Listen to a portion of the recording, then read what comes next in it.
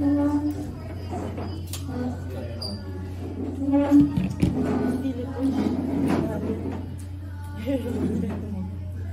need this for my Vlog ka ba? For your cat? No, for my I thought it for Good afternoon, everyone. Welcome to our post-game press conference. We have your bodyguard coach Dr. Santos of the Single H Spikers who won in straight sets against the Galleries Tower Horizons. Coach, congratulations on this win. A good win to start 2025. So ano lang masasabi mo sa naging performance ng team? Siyempre, una, thank you. And then, very thankful din kasi siyempre, nakuha namin ng straight set. And then, proud dun sa team kasi lahat nung ginagawa namin sa training, kahit pa paano lumalabas siya. But, siyempre, kailangan pa rin namin pagtrabahuhan hanggang sa mama-master namin yung gusto namin mangyari. And, ma-execute every game. So, yun. Thank you, Coach. And for Vanny, stepped up big time for Signal. What can you say about how the team performed against Vanny? Do I have to speak? I'm really happy with the performance of the team kasi inside the court you can really hear everyone leading in their own ways, as in teamwork talaga, and it's so nice to hear and it's so fun to play. We also have our best player of the game here, Don Gitibili. Don, as the new team captain of Signal, just how proud are you of the team na nakuha niyo ng panalo to? Siyempre super proud kasi everyone stepped up and talaga nag-enjoy lang kami. So ang ganda lang din tingnan na nagko-connect yung buong team. Thank you. And for us, open for questions. Coach, yun nga, may mga hindi inaasang mangyari during the break. Kumbaga kayo as coach, paano nyo lang minotivate yung team na tuloy lang sa kabila nung nangyari? Well, una, yung sarili ko muna yung kinumpus ko. Kasi syempre, normally sa pagiging coach, marami talaga challenges na dumarating. Siguro yung parang lang i-handle yung ganung situation.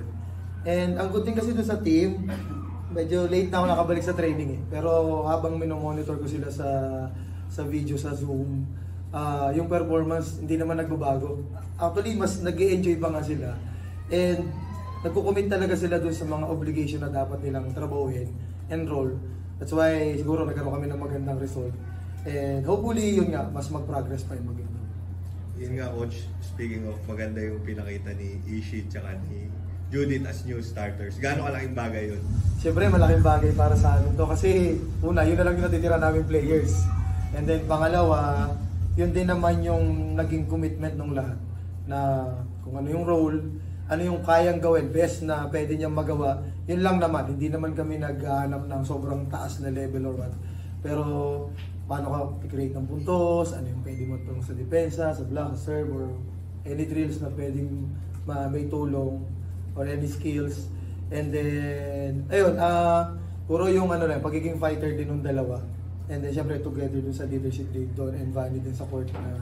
And then, syempre, Angel, na sila yung nagko-control sa loob ng court. So, ayun, hopefully, mas maging better pa. For Vanny, you lost a veteran spiker and obviously, there's gonna be more to be expected from you. So, how did you handle that change over the past few weeks, and how committed are you to really being, or stepping up to the plate even more this time? It's challenging, of course, but then I'm not alone. I have the whole team. We have the Ishi who can really step up, and we just didn't dwell on that. I think the only way to improve is to accept the challenges. So we just accepted the challenges that we were faced, and no pressure kasi we trained for this. Everyone trained for this, so it's the same teamwork. Yeah. For Coach, siguro po over the years and even with your past teams, kapag may mga major changes na nangyari sa team, lalo na player-wise, nawawala midway, mga ganun. Ikaw, paano niyo po siguro hinahandle not only yung sarili niyo but also yung mga players niyo to, kumbaga, huwag masyadong marattle or mawala yung form kapag may mga ganun nangyari? Sa amin kasi ang unang pwede namin makontrol is yung ano yung pwede namin maibigay dun sa player kung paano para mas ma-maximize namin yung talent and skills niya. Para kasi kung ano yung binibigay ko sa isa, pare-parehas lang. That's why siguro kung mayroong konting adjustment or may big changes sa team, I think hindi nawawala yung iba or hindi naliligaw kasi same lang yung system na binibigay namin. Siguro it's about dun sa ano na lang, sa players kung gaano siya ka-aggressive or gaano siya katapang para i-embrace yung challenge. So ayun, and then good thing kasi dun sa mga natira din, happy ako and proud for them kasi ano talaga, yun gusto lang nilang i-enjoy yung meron sila at opportunity na makapaglaro din talaga. So, And for Don, as captain, signal captain, pero how would you describe na lang yung leadership style mo ngayon, both with the national team and sa PBL? Paano ka as a leader na lang siguro? Ano ba? Ano kasi ako more of, siguro I just give my best, siguro. Lagi kung ano yung kailangan gawin, and sobrang minimal naman actually yung ginagawa ko as talagang yung magsabi lang ng reminders, ganyan. Kasi everyone naman themselves is a leader. So, hindi masyadong grabe yung role ko. So, yun. Actually, ngayon, ang maganda sa team is lahat kami may responsibilities. It's a shared leadership. So, hindi rin ako na-overwhelmed na ako yung biglang ginawang Coach, coming off sa talo and yung first loss nyo nga, siguro anong naging epekto nung parang nakadagdag pa sa pressure yung pagkawala ng dalawang veterano sa inyo? And paano yung naging implications sa team siguro moving forward pa sa first game nyo ngayong taon?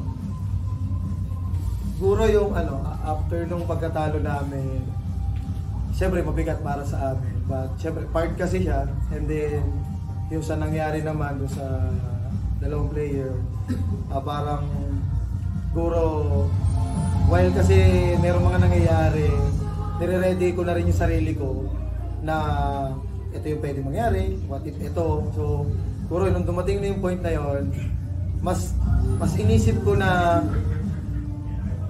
sobrang lucky or kami, blessed kasi meron kaming team na kailangan na pwede namin pagtrabahuan or i-focus yung sarili namin, and mas ma-enhance namin yung kung anong meron kami na talent, and doon lang kami nag-focus.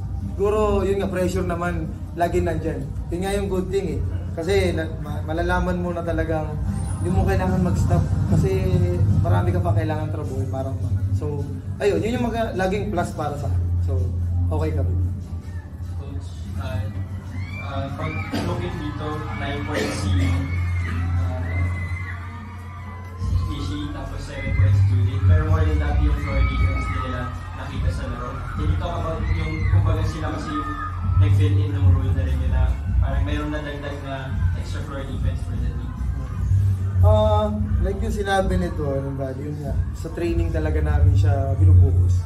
More on mastery din, yung sa movement, repetition. Kasi siyempre hindi naman kami lahat ganun katatangkad. And then siyempre sa experience namin doon sa lahat ng game namin, puro talaga yung mga tumatalsik-talsik na bola or what. Yun yung tinatrabaho namin ngayon na hopefully may improve pa namin. And yun nga, kahit siguro small percentage, lumabas yung mga ginawa namin. And hindi kami mag-stop para mas maging better pa sa susunod. Tapos looking at din, Coach, siguro paano nyo lang tinitingnan na parang yung players are well rested, knowing na mas konti-life? Siguro yun lang yung binabalance namin talaga. Yun lang, paano namin sila ibabalance mabuti, i-ready din every game. So good thing din, may recovery time naman for that. And yung discipline din ng mga players namin, nakikita ko talaga na talaga sila. Seryoso doon sa mga gusto nilang mangyari. Even yung off-season, yung Christmas and New Year, siguro that's why hindi rin kami masyado nahirapan. Kasi sobrang inalagaan din nila yung sarili nila para doon sa preparation pagbalik ng court. So, Coach, yung next game will be against Kiel. So ano lang siguro yung magiging mindset ng team na dito na? Kami, maglalaro lang kami nung kaya namin gawin. Best effort talaga kami sa lahat ng gagawin namin. And siguro mas ma-appreciate namin tong ganitong opportunity, especially ito yung lineup namin na we're so happy na yun nga, lumalaban at lalaban pa rin talaga. So yun lang. Thank you, Coach. Thank you, Don. Thank you.